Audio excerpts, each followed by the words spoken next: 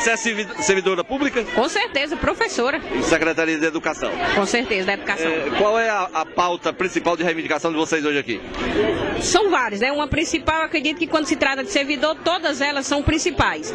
No entanto, nós temos aí a questão do piso, a implantação do piso, que nesse município, a Secretaria de Educação, ao invés de implantar os 15% dado pelo governo federal, está querendo ser implantado nesse município 10%. Então a gente já percebe que esse município já faz diferente do que é para ser feito.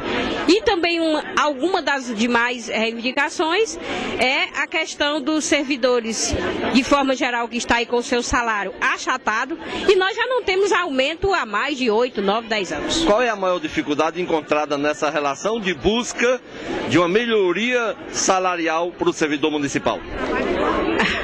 É o de sempre.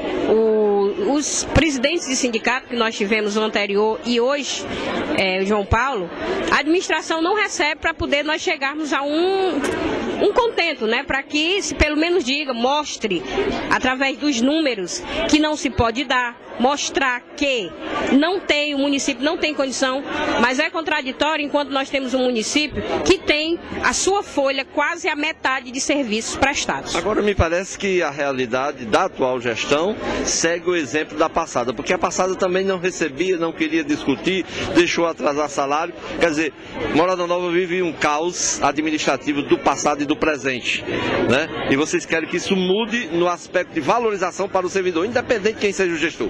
Com certeza, nós lutamos sempre para isso, né? Parece que esses gestores, eles têm uma única escola, aquela de não receber, aquela de não negociar, aquela de não fazer. Então a gente espera que gestores seguintes, através dessa mobilização de hoje, passem a acreditar e dizer que os servidores estão em busca do seu melhor.